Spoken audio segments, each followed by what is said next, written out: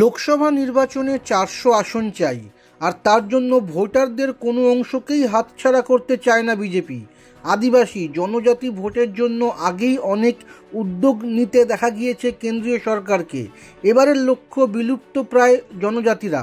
দেশের মোট 18টি রাজ্য এবং কেন্দ্রশাসিত অঞ্চলে এমন 75টি সম্প্রদায় রয়েছে যাদের অস্তিত্ব একটা সময় লুপ্তপ্রায় ছিল। যদিও কেন্দ্রীয় সরকারের দাবি, গত 10 বছরে এই সম্প্রদায়ের মানুষের সংখ্যা দেশে বিশেষ কমেনি। এই জনজাতির সদস্যদের কাছে টানতে সোমবারই প্রথম পর্যায়ে 1 লক্ষ পরিবারকে কেন্দ্রীয় প্রকল্পের সুবিধা দেওয়ার কাজ শেষ করল কেন্দ্র। প্রধানমন্ত্রী নরেন্দ্র মোদী ভার্চুয়াল মাধ্যমে প্রধানমন্ত্রী জনজাতি আদিবাসী নয়া মহা অভিযান নামের কর্মসূচিতে অংশ নিয়েছেন।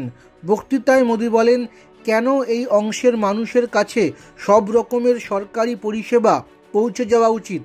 কেন্দ্রীয় সরকারি সূত্রে জানা গিয়েছে, গত 2 মাস ধরে 100 জেলার জনজাতি অধ্যুষিত গ্রাম থেকে বাসিন্দাদের আধার কার্ড সংগ্রহ করা হয়েছে।